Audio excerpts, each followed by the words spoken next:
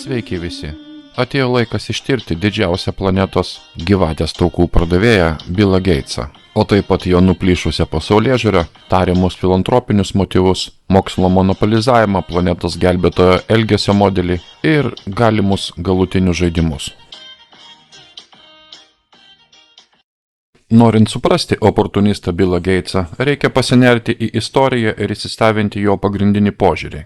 Visiška kontrolė bet kokia kaina. Etikos problemos jo pasaulyje neegzistuoja, šalutiniai nuostoliai buvo ir tebėra jo kasdieninės duonos arba žaidimo dalis. Platonas ir Aristotelis turėjo ankstyvų idėjų apie gyventojų kontrolę. Tomaso Maltuzo esė apie gyventojų principą, parašyta 1798 metais, aprašomas teigiamas gyventojų suvaldymas. Ligos, karai, nelaimės, badas ir maras, jis norėjo visą tai panaudoti. Jis rašė, prie šių dviejų didelių gyventojų suvaldymų visose senai okupuotose šalise, kuriuos pavadinau prevenciniais ir teigiamais suvaldymais, galima pridėti žiaurių papročių, moterų, didžiųjų miestų, nenaudingų gaminių, prabangos, maro ir karo atžvilgių. Čarlzas Darvinas išleido knygą apie rūšių kilmę 1859 metais, kur užsiminė apie žmonių populiacijų pasekmes. Bet jo pusbrolis seras Francisas Galtonas buvo apsėstas šios idėjos. Jis paskelbė žmogaus gebėjimų ir jo raidos tyrimus 1883 metais. Jis rašė, mano tikslas paliesti įvairias temas, daugiau ar mažiau susijusias su rasės augimu, arba, kaip galėtume tai pavadinti, su eugenika.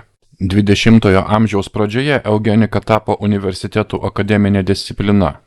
Buvo kuriamos ir finansuojamos organizacijos siekiant gauti visuomenės paramą.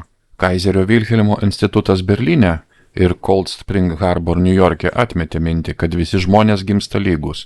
Planuojamos tėvystės organizacija Amerikoje įkūrė rasinę eugenikę Margaret Sanger, o IBM prezidentas Thomas Watsonas Lenkijoje įkūrė specialiąją antrinę įmonę Watson International Business Machines, kuri padėjo nacistų invazijai Lenkijoje. Operacija buvo valdoma iš New Yorko. Niurnbergo procese naciai minėjo, kad IBM vykdė eugenikos programą Jungtinėse Amerikos valstijose. Watsonas daugiau nesijaudino dėl karo nusikaltimų ir perdavė IBM savo sūnui Tomui Watsonui jaunesniajam. Jo anūkė Jeanette Watson ištekėjo už Margaret Sanger anūko Aleksandro Sangerio. O štai Billo Gateso tėvas, Williamas Henry Gatesas II, dirbo planuojamos tėvystės valdyboje. Jo motina, Mary Maxwell Gates, dirbo IBM valdyboje. Na, o Billas Gatesas bendradarbiavo su IBM kurdamas korporaciją Microsoft. Williamas Gatesas taip pat buvo įtakingas teisininkas. Per savo tėvą Billas Gatesas išmoko teisės ir politikos subtilybių, kaip elgtis aukštesnėse elito ešalonuose, kaip manipuliuoti bei kaip įgyti visišką kontrolę. Billas Gatesas yra akredituotas pirmajai Microsoft operaciniai sistemai, kurios išradime jis iš tikrųjų nevaidino jokios rolės. Neturėdamas savo operacinės sistemos, Gatesas licenzijavo 86 DOS iš Timo Petersono iš Seattle kompiuterių produktų už $50,000, net neminėdamas IBM intereso. Tada jis iš naujo licenzijavo ją kompanijai Big Blue, kuri pardavinėjo ją kaip PC DOS. Kol Microsoft įkūrėjas Paulas Allenas kovoja su vėžiu, Billas Gatesas pajuto puikią progą tiesiog išvilioti iš savo ilgamečio partnerio bendrovės akcijas. Tuo tarpu Paulas, citata, buvo radiacinės terapijos viduryje. 1998 metais Billo Gateso verslo strategijos sulaukė kritikos. Jungtinių valstijų teisingumo departamentas padavė ieškinį Microsoft už antimonopolinio įstatymo pažeidimą. Per 18 mėnesių trukusį teismo procesą Gatesas davė valandas parodymų. Teisėjas nusprendė, kad Microsoft pažeidė Sherman antimonopolinį įstatymą įsteigtą monopolijoms ir karteliams uždrausti. Microsoft padėtis rinkoje buvo monopolinė, kėlė grėsmę ne tik konkurencijai, bet ir inovacijams pramonėje. Teisėjas tada paragino padalinti Microsoft per pusę. Microsoft apskundė, o apeliacinis teismas sprendimą panaikino. Užuot siekęs išskaidyti įmonę, Teisingumo departamentas nusprendė susitarti su įmonė. Microsoft sutiko bendrinti sąsajas su kitomis įmonėmis. Siekdamas nustelbti neigiamą spaudą, Billas Gatesas tada investavo $100 milijonų tam, kad sukurtų Gateso fondą. Per vieną naktį Billas Gatesas nustojo būti negailestingas technologijų monopolistas ir nuo šiol nauja mantra buvo Billas Gatesas dosniausias pasaulio filantropas. Neturėdamas net menkiausio medicinio išsilavinimo, Geitsas labai vertina save kaip visažinį gyvybės mokslo pusdievį, geradarį, filantropą, žinanti, kur juda planeta. O gyventojų kontrolė dabar pamažu tampa jo mėgstamiausia tema. Priešingai, Geitsas perka tas pačias korporacijas, kurios iš tikrųjų atstovauja tvarumui, humanizmui, filantropijai, socialiniai sveikatai ir sąžiningumui. Nuo pat pradžių fondas yra užsiėmęs investicijomis į vyriausybės, į vaistus, už kuriuos fondas liepia vyriausybėms pervesti pinigus. Toliau nafta, ginklai, žiniasklaidos kompanijos, kenksmingi narkotikai bei tabakas. Jis investuoja į įmonės, kurios daro žalą visuomeniai ir tuo pat metu jis tvirtina, kad jam rūpi žmonių sveikata ir gerovė.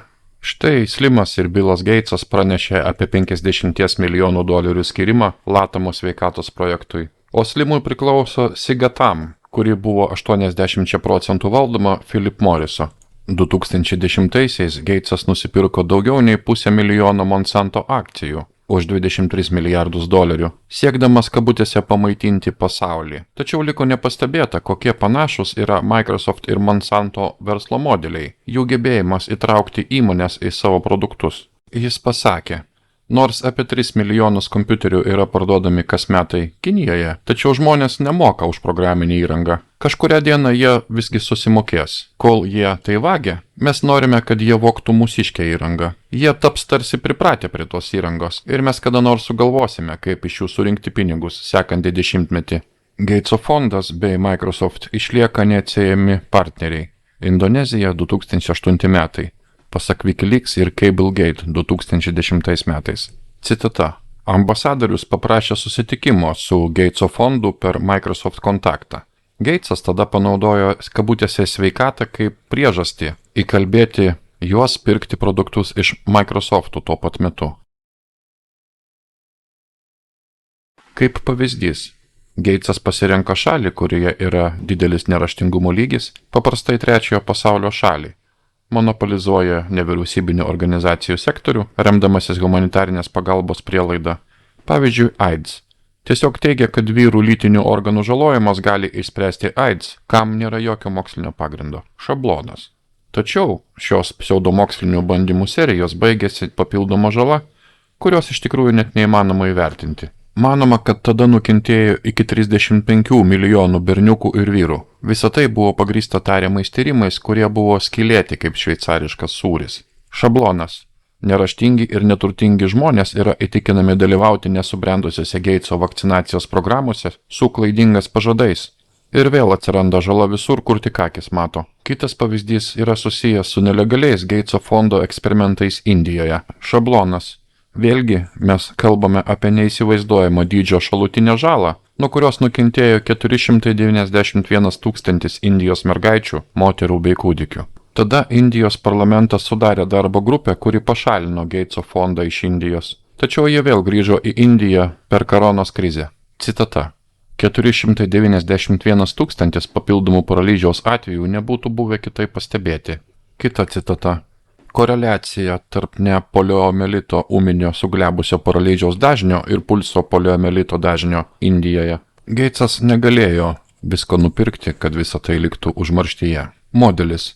Per pastaruosius 2 dešimtmečius beveik neįmanoma rasti sričių susijusių su pasaulinėmis sveikatos iniciatyvomis, kurios nebuvo paliestos Geitso fondo. Jie sugebėjo visur įkišti savo čiuptuvus ir mes kalbame apie mokslų monopolizavimą. Billo Geitso tariamai filantropiniai motyvai nėra altruistinio pobūdžio, kaip daugelis norėtų, kad jūs tikėtumėte. Jo pagrindinis planas apskaičiuotas labai tiksliai. Tikslas yra begalinis pinigų srautas, be jokių mokestinių kliučių. Kaip kad jis pats vienam interviu išsireiškė, 20:1 grąža. Geitsas yra didžiausias donoras pasaulio sveikatos organizacijai CDC-Gov bei kitoms visoms pasaulinėms sveikatos iniciatyvoms. Geitso fondas yra vienintelis įtakingiausias subjektas planetoje, kai kalbama apie pasaulinės sveikatos strategijas ir pagrindinius planus. Tie, kurie gauna jo pinigus, nedvejodami gieda mantrą. Geitsas net paprašė gavę alijanso narystės Pasaulio sveikatos organizacijos vykdomojoje valdyboje 2017 metais. Todėl įgijo sutarčių pasirašymo įgaliojimus bei turi absoliutų diplomatinį imunitetą priimančioje šalyje Šveicarijoje ir prilygsta Gavi tarptautinių atsiskaitimų bankui bei Europos centriniam bankui. Gatesui sunku išvengti smerkiančių išvadų arba apipinti savo megalomaniškus planus labiau minę džiuginančiais žodžiais.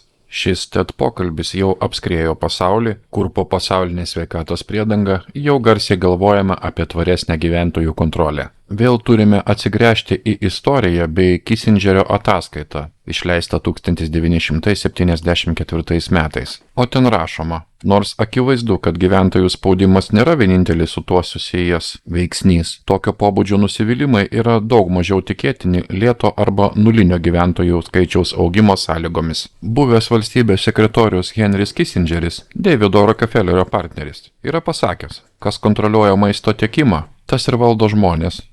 2006 metais Gateso fondas bei Rockefellerio fondas pradėjo $424 milijonų aljansą už žaliąją revoliuciją Afrikoje, pavadintą AGRA, susipinusią su vakcinomis. Pasak Billo ir Melindos Gates, vakcinų nuo poliomielito programos Afrikai turėtų būti pasaulio gelbėtojos. Rezultatas – papildoma žala, labai sunerimi Afrikos gyventojai, kurie nebenorėjo būti naudojami kaip jūrų kiaulytės. Mes ne tik susidurėme su didžiuliu neigiamu vakcinų poveikiu, tai yra bioetinė katastrofa. Sudano federalinė sveikatos ministerija pranešė pasauliniai sveikatos organizacijai apie cirkuliuojančios vakcinos kilmės antrojo tipo poliomielito viruso aptikimą šalyje.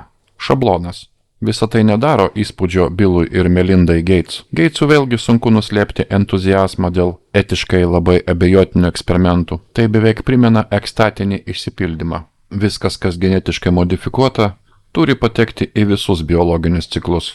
Billas Gatesas žino, kaip dar labiau ištempti lanką, kad jo pasekėjams būtų šiek tiek sunkiau jį apginti. O dabar mes patenkame į dar tamsesnės sritis, o ypač į jo verslo santykius su Jeffrey Epsteinu. Operacija nužudyti Billą. Svarbu, kad žmonės žinotų, kas yra Billas Gatesas, ir kad priešingai jo melui, kad jis Jeffrey Epsteiną pažinojo tik nuo 2011 metų, viena iš Epsteino aukų teigia, kad jie buvo artimi draugai nuo 90-ųjų. Štai Billas pavaizduotas su Jeffu po to, kai Jeffas buvo nuteistas už prekybą vaikais. Taip pat verta paminėti, kad Borisas Nikoličius buvo Epsteino testamento vykdytojas. 2011 metai Jeffrey Epsteino Manhattano dvaras, nuotraukoje iš kairės. Jamesas E. Staley, tuo metu buvęs vyresnysis JP Morgan vadovas, buvęs iždo sekretorius Lawrence'as Summersas, ponas Epsteinas, Billas Gatesas, Microsoft įkūrėjas ir Borisas Nikoličius, kuris buvo Billo ir Melindos Gatesų fondo patarėjas mokslo klausimais. Pavyzdys. Ghislaine Maxwell čia pamini Billą Gatesą kaip didelį savo vandenyno tvarumo programos rėmėją. Programoje, kuri vėliau patyrė daugiau nei šiek tiek žalos, po to, kai paaiškėjo, kokiose tamsiose machinacijose dalyvavo ilgametė Jeffrey Epsteino gyvenimo draugė. Nors oficialioje šios programos donorų duomenų bazėje Epsteinas buvo įrašytas kaip diskvalifikuotas, Media Lab ir toliau priimdavo iš jo dovanas, o Epsteinas buvo tarpininkas tarp laboratorijos ir kitų turtingų donorų, įskaitant Billą Gatesą, paaukojusi $2 milijonus. Gatesas daug kartų buvo susitikęs su Epsteinu. Jo gyvenimo būdas yra labai skirtingas ir savotiškai intriguojantis, nors man tai netiktų, jisai pasakė. Gateso fondo darbuotojai buvo šokiruoti sužinoję, kad fondas dirba su seksualiniu grobuonimi. Ši išsami Billo elgesio modelių apžvalga padės suprasti šią pagrindinę šios temos dalį. Gateso fondai ir COVID-19 krizė. Billas turėjo labai sudėtingą planą visai planetai, o jo išsivadavimo vizija dabar atrodo šiek tiek apgadinta. Šiek tiek sugrįžkime atgal, kad gautumėme visą apriptį. Ypač 2017 metais atrodo, kad Billas Gatesas įspėjo apie būsimas epidemijas, jau tada kalbėdamas apie naujas mRNA vakcinų platformas, tokias kaip Moderna. Labiausiai tikėtina, jisai sakė, kad visa tai sukels 10 milijonų papildomų mirčių. 2017 metais Miuncheno saugumo konferencijoje Billas Gatesas jau piešė labai tamsų ateities paveikslą. Jis tada kalbėjo apie genetiškai modifikuotus patogenus, biologinius ginklus, gyventojų skaičiaus sumažėjimą 30 milijonų žmonių per vienerius metus dėl kvėpavimo takų ligų. Visa tai buvo Hegelio dialektika. Tais pačiais 2017 metais pasaulio ekonomikos forume Davose Billas Gatesas jau reklamuoja savo projektą CEPI, tai yra pasirengimo epidemijoms naujovių koalicija, kurios biudžeto sąmata jau buvo $460 milijonų. Dabar naujosios mRNR ir DNR vakcinos kabutėse platformos jau yra žaidime, viskas yra paruošta tiesiog viską įjungti. Norėdami suprasti mūsų dabartinį status quo, susipinusi su Gateso fondu, turime trumpai apžvelgti Hegelio dialektą. Jeigu trumpai, tai yra sukuriama krizė, pateikiamas sprendimas jai ir pusiausvyrą tarp šių dviejų ramsčių tampa nauja norma. 2017 metais Anthony's Fauci, mokslinės tarybos narys Gateso fonde Georgetowno universitete pareiškė, Trumpo prezidentavimo metu bus netikėtas pandemijos protrūkis. Žvelgiant atgal, matosi nuostabus prognozavimo įgūdžiai, kuriuos demonstravo visi Gateso bendrininkai. 2019 m. lapkričio mėnesį Pirbrighto institutui finansuojamam Gateso fondo buvo suteiktas patento numeris EP 31723119B1. Citata. Šis išradimas taip pat susijęs su koronaviruso panaudojimu vakcinoje, siekiant užkirsti kelią ligai ir arba ją gydyti. Jis gali būti panaudotas ir žmonėms gydyti. Šiuo metu noriu pabrėžti, kad šis patentas nurodo funkcijų eksperimentus. Dokumentas apima gamma koronavirusą ir greičiausiai buvo atlikti labai neetiški eksperimentai su tais virusų domenais, kurie konkrečiai nenurodo SARS-CoV-2, tik 68% genetinio panašumo. Greičiau tai nurodo klaidingą mokslo etikos supratimą. Patento pateikimo data yra 2019 m. lapkričio mėnuo. Tai taip pat nesukuria pasitikėjimo Pirbrighto institutu ir Gateso fondu. 2017 m. lapkričio 13. Sekanti pandemija. Renginys palaikomas Gateso fondo ir Wellcome Trust. Citata. Išskirtinė minčių lyderių grupė susirinko aptarti, kaip pasaulis ruošiasi kitai pasauliniai pandemijai. Dalyvis Anthony Fauci. Be jokios abejonės galima sakyti, kad Anthony Fauci yra kažkas panašaus į Gateso fondo dešinėje ranką ir buvo jie prieš tikrąją pandemiją. Ypač 2019 metais Faucis iš Gateso fondo gavo daugybę didelių dotacijų, kurių vertė milijonai $.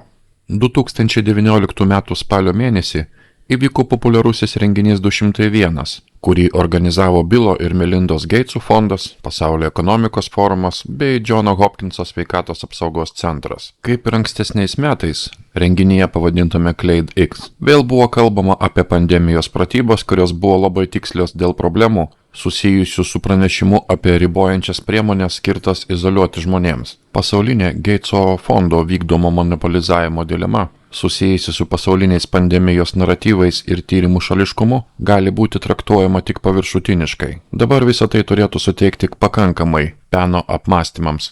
Viena iš pagrindinių problemų yra nevaržoma Gateso fondo įtaka pasaulio sveikatos organizacijai. Taip vadinamas daktaras Tedrosas, neturintis jokio medicininio išsilavinimo. Taip pat Billas Gatesas jau prieš metus aktyviai dalyvavo Gavi aljanse. Gateso fondas yra antras pagal dydį pasaulio sveikatos organizacijos donoras. Pridėkite milijonus $, dotacijoms imperatoriškajam koledžui $79 milijonus. 2017 metais 279 milijonus Jungtinių valstijų dolerių investicijų sveikatos metrikos ir vertinimo institutui, kuris specializuojasi pasaulinių sveikatos duomenų rinkimo ir kompiuterinio modeliavimo bei prognozavimo srityse. Gateso fondas yra pasaulinių sveikatos apsaugos ir vakcinų programų pusdievis. Naratyvinė monopolizacija gali veikti tik tai tuo atveju, jeigu Billas Gatesas taip pat turi visus pagrindinius kanalus. Ir šie naujienų pasakojimai yra homogenizuojami tarpusavėje, o kritiški balsai neranda vietos. Kredo yra: Billas žino, kur eiti ir ką daryti, ir kaip rasti išeitį iš krizės. Ir tada Billui darosi sunku nuslėpti sarkazmą, kuris natūraliai kyla dėl jo visagalybės. Sunku pasakyti, ar tai reikėtų vertinti kaip giliai žmogišką ydą, ar kaip beribę megalomaniją. Billas ir Melinda niekada nesistengė nuslėpti savo ekstatiško džiugesio. Tokį išsišiepimą galima vertinti tik kaip piktdžiugiškumą, o gal pats Billas negali patikėti, kiek jo daugiametės pastangos pagaliau buvo apdovanotos atlygių, tai yra begalinių pinigų srautų, kontrole ir galia visais lygmenimis. Pasak Bilo Geitso, mes neturime kito pasirinkimo, tik vadovautis jo patarimais, tiesiog nėra kito būdo. O normalumas grįž tik tada, kai visi pasaulio gyventojai bus paskiepyti jo sekančios kartos vakcinos produktais. Štai ir vėl Bilas negali nesišypsoti, kalbėdamas apie pasaulio ekonomikos nuosmukį. Ir žinoma, visa socialinė veikla priverčia šią pandemiją suktis užburtų ratu. Labai sunku pasakyti, nekreipkite dėmesio į tą lavonų krūvą esančią kampe. Jeigu Bilas turėjo omenyje ir žinoma vis dar tebeturi visą tai, tai reiškia, kad visa socialinė veikla turėtų būti apribota iki 2020 metų pabaigos. O tai reiškia, kad mes iš tikrųjų galime būti įsitikinę, kad jo pagrindinė žinutė tikrai visur yra priimama, juk jis jau viską numatė, kodėl jis čia turėtų klysti. Dabar atrodo akivaizdu, kad judėjimo problemą turite išspręsti vadovaudomėsi Bilo pasaulinė perspektyva. Tai yra sertifikatai įrodantis, kad esi paskiepytas, su technologijomis, į kurias Geitsas žinoma jau senai investavo. Magiškas žodis yra biometriniai duomenys ir apie tai pakalbėsime šiek tiek vėliau. Atrodo, kad Bilui Geitsui svarbiausia pirmiausia paskiepyti vyresniojo amžiaus gyventojus. Atsižvelgdamas į šalutinius poveikius, jis taip pat turi tam tikrus skaičius, jam tai yra sąnaudų ir naudos skaičiavimas. Jo prognozė yra 700 000. Jis yra stebėtinai atviras, kai jam užduodami paprasčiausi klausimai. Štai jis nėra įsitikinęs dėl efektyvumo. 50% efektyvumas? Ar tai užkirs kelią mirtims? Ar tai užkirs kelią pakartotinai infekcijai? Dabartinės pirmosios kartos vakcinos yra, citata, įrankiai. Stebuklingi žodžiai yra antrosios ir trečiosios kartos vakcinos. Antikūnių tyrimas susijęs su foniniu imunitetu yra neginčiamas ir panašu, kad kažkas panašaus į bazinį imunitetą, į natūralų imunitetą, nelabai atitinka jo pasaulėžiūrą. Žmogaus natūralia imuninė sistema, kuri tūkstančius metų saugojo mus nuo koronavirusų, anot jo pasikliauti negalima. Melinda Gates mano, kad sveikatos priežiūros specialistai, juodaodžiai, o taip pat vietiniai JAV gyventojai, turėtų būti aukštai masinio skiepijimo megaprojekto prioritetų eilėje. Bilo rizikos valdymo prognozė yra visų greičių pirmin. Anot jo reikia dirbti su kompromisais ir jis jau žino, kad ilgalaikis jo vakcinų poveikis gali pasireikšti per 2 metus, tačiau šūkis turi būti tai 2 metais per daug klinikinių tyrimų. Ir vis dėlto galiausiai galima aptikti ir Geitso nepasitenkinimą. Ne viskas, ką jisai sugalvojo, veikia pagal jo idėjas. Tikrai galite pajusti verslo melancholiją, kad visi nežiūri pakankamai rimtai į šitą pandemiją. Sprendimas yra kita pandemija. Dar blogiau, kad apie jo asmenį sklinda visi konspiraciniai gandai, nors jis tiek daug investavo į geranorišką žiniasklaidos vaizdavimą, tačiau socialinių tinklų faktorius jį šiek tiek liūdina, o papildomas pinigų krūvis turėtų išspręsti šią problemą, nuperkant dar daugiau šilų. Jie sako, iš kur semiatės tokių absurdiškų idėjų, kad Geitsas numatė kažką panašaus į biometrinių lustų implantus visiems. Galbūt todėl, kad jis investuoja milijonus būtent į šias technologijas?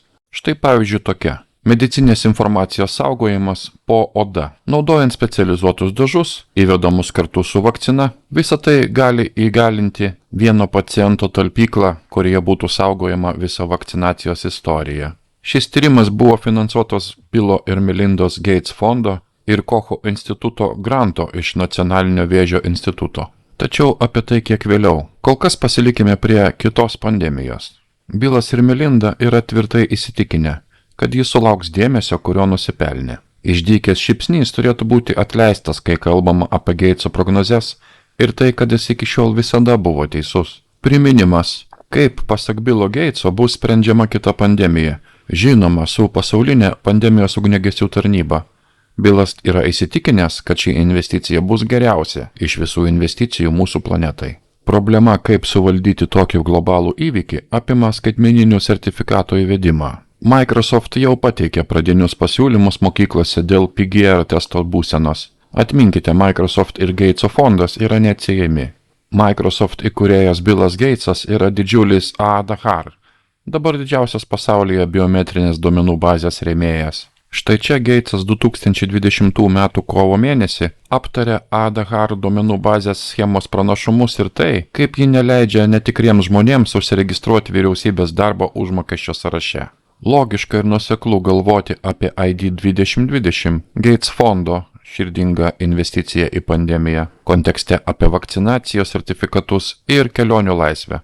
Jei pažvelgsime į jo partnerius, mes akimirksniu suvoksime, kad tai yra pabaigos žaidimas. Kvantinių taškų tatuiruotė susipynė su ID 2020, kuris yra ambicingas Microsoft projektas skirtas išspręsti daugiau nei 1 milijardo žmonių gyvenančių be oficialiai pripažintos tapatybės problemą. ID 2020 tai išsprendžia naudodamas skaitmeninę tapatybę. Geros sveikatos paso kolaboracija yra atvira visa apimanti tarpsektorinė iniciatyva, kuria siekiama sukurti suderinamų skaitmeninių sveikatos leidimų sistemų planą, kuris padės atkurti pasaulinės keliones ir iš naujo paleisti pasaulinę ekonomiką. Kitas Gateso fondo pagrindinis elementas ir galutinis žaidimas yra Microsoft pastangos sukurti operacinę sistemą skirtą žmogaus statybiniams blokams. Žinoma, jūs galite, bet neprivalote visą tai derinti su medicininė genų terapija. Viso to nauda buvo puikiai paaiškinta. Ši technologija vis dar tik pradeda vystytis. Galutinis žaidimas yra biologinis skaičiavimas molekulinių lygmenių, siekiant išgydyti ligas naudojant naujas biomolekulinės programas. Transhumanizmas teorijoje ir praktikoje. Negalima neįtraukti kriptovaliutos iš visų ateities vizijų, o jei bus Gateso valia, ji turės būti centralizuotai valdoma, o ne decentralizuota, o kasyba geriausiai bus atliekama naudojant patį žmogaus kūną. Afrika yra biometrinės skaitmeninės tapatybės platformos, sukurtos tarp Mastercard, Trust Stamp, Billo Gateso Gavi bandymų vieta. Trust Stamp suteikia tapatybės autentifikavimą per dirbtinį intelektą, o Gavi padeda vaikams pasiekti naujas ir nepakankamai naudojamas vakcinas. Skaitmeninis ID, Billo Gateso vakcinų įrašai ir mokėjimų sistemų kombinacija bandoma Afrikoje. Taip pat netrodo tai perdėta, kad Billas, žinoma, taip pat perka visą dirbamą žemę, kurią tik gali gauti. Dar viena taškų sujungimo pasekmė. Jis supirko 242 tūkstančius akrų. Tai maždaug per pusę tiek hektarų dirbamo žemės visoje JAV. Dabar jis yra didžiausias privačios žemės ūkio paskirties žemės savininkas Amerikoje. Jis buvo paklaustas: Billai, kodėl tu perki tiek daug žemės? Jis pasakė: mano investicijų grupė pasirinko tai padaryti. Tai nėra susiję su klimatu. Agrikultūros sektorius yra svarbus. Su daugiau produktyvų sėklų mes galime išvengti miškų išretėjimo ir padėti Afrikai susitvarkyti su klimato sunkumais, su kuriais jie jau susidūrė. Neaišku, koks gali būti pigus biokūras, tačiau jeigu jisai būtų pigus, jis galėtų išspręsti aviacijos bei vilkikų emisijų problemą. Ir tai neturėtų nieko dar labiau jaudinti, kad Billo Gateso gelbėtojo kompleksas tapo nevaldomas ir kad jis finansuoja saulės šviesos užtemdymo planą žmonių rasiai gelbėti. Grynas atsitiktinumas.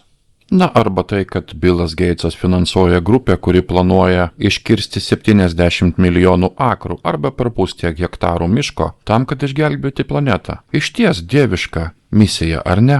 O štai išleisti daugiau nei 1,2 tūkstančio elektroninių laiškų atskleidė, kad Jungtinių Amerikos valstijų kariuomenė dabar yra didžiausia finansuotoja tokios kontroversiškos genetinio išnykimo technologijos, vadinamos genų diskais. 1,6 milijonų dolerių Jungtinių tautų genų skatinamąjį lobizmą apmokėjo Billo ir Melindos Gatesų fondas. Ar kas nors pasakė dirbtinė mėsa? Štai ir vėl Gateso fondo investicija. Atrodo, kad jo tvari ateitis neapima tikros mėsos. Billas Gatesas karštai palaikė paprastą neįmanomų burgerio viziją. O gal Billo Gateso tiesos ministerija? Tai jau buvo beveik privaloma ir greičiausiai tai yra viena iš tūkstančių faktus tikrinančių Billo Gateso kompanijų. Taip jis bando nuoširdžiai kovoti su socialiniuose tinkluose plintančia dezinformacija. O gal kas nori vandens iš žmogaus išmatų? Štai prašom, jis pasakė: aš geriu vandenį pagamintą iš žmogaus išmatų. Štai yra mašina, kuri tą daro, kuri gamina šitą vandenį. O gal kam nors reikia kvepalų iš išmatų? Rock'n'roll, baby. Citata. Nuo išmatų vandens iki išmatų kvepalų. Aš esu nustebintas inovacijos, kuri yra pakeliui sanitacijos srityje. Ir šis jo taip mėgstamas begalinis mutacinis vaidmenų žaidimas, neturintis klinikinės vertės ir be duomenų kontrolės dėl uždarų duomenų. Galite lažintis, kad jūsų mama taip pat yra Gateso fondo finansuojama. Citata.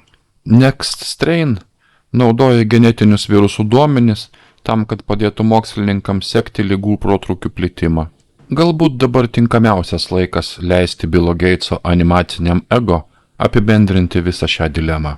Socialinis gėdinimas ir ekonominis šantažas. Mes suvokiame, kad mes galime apeiti pavojingus nepastovumus, tokius kaip individuali laisvė arba nacionalinis suverenitetas. Su paklusne populiacija mes galėsime laisvai įgyvendinti savo sprendimus nuo viršaus iki apačios, tokius kaip priverstiniai karantinai, socialinė atskirtis, kontaktų sekimas, privalomas testavimas, kaip priemonės tam, kad perimti technokratinį visuomenės valdymą. Dabar įsivaizduokit mano susijaudinimą, kai mes galėsime deklaruoti savo pačių pandemiją.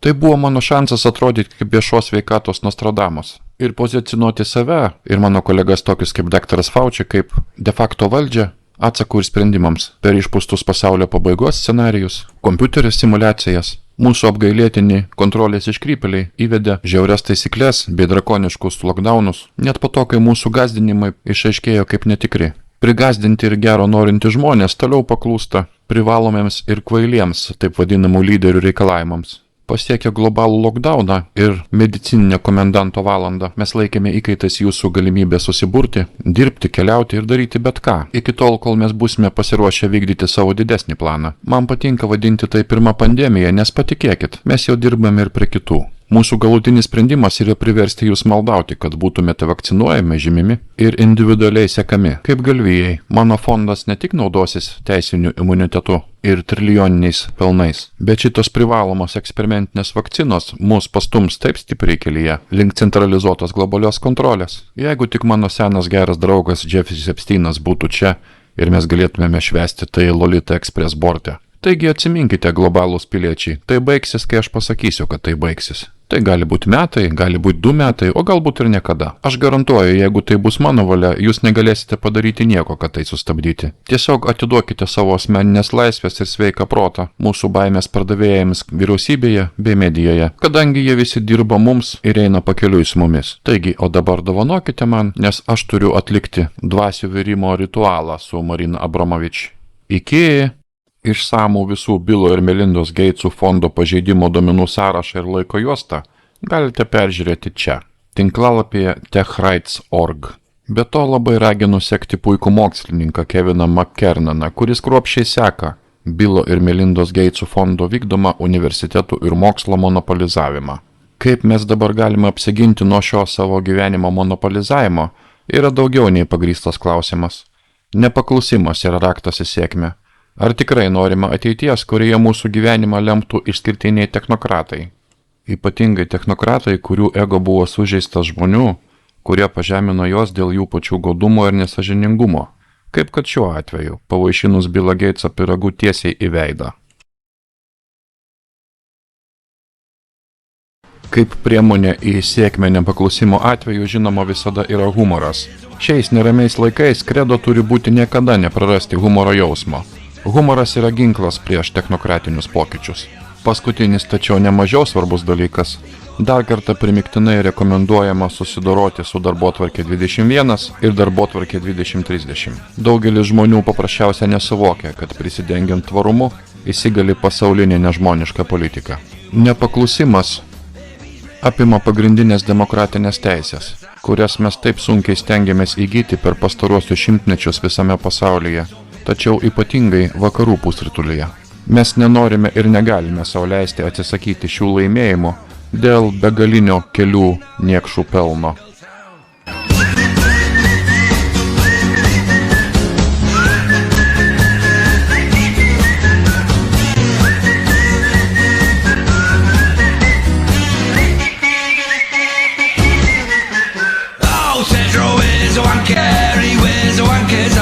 He takes brown envelopes from the hoops to sell the Colbert Max. And everybody laughs at him and it's sure trying to dance. And when we ask him questions, he pisses his underpants. Oh, Hancock is a wanker, he wears a wanker's hat. He kisses all their asses now to sell the Colbert Max. And everybody laughs when he said bring the army in. Cause this is one war we the people definitely will win. They're all a bunch of wankers, they all wear wankers hats. They all pop up on TV now to sell the Colbert Max. So everybody laugh when they say what we all must do. Just turn around and say to them, piss off, it's it's just a flu.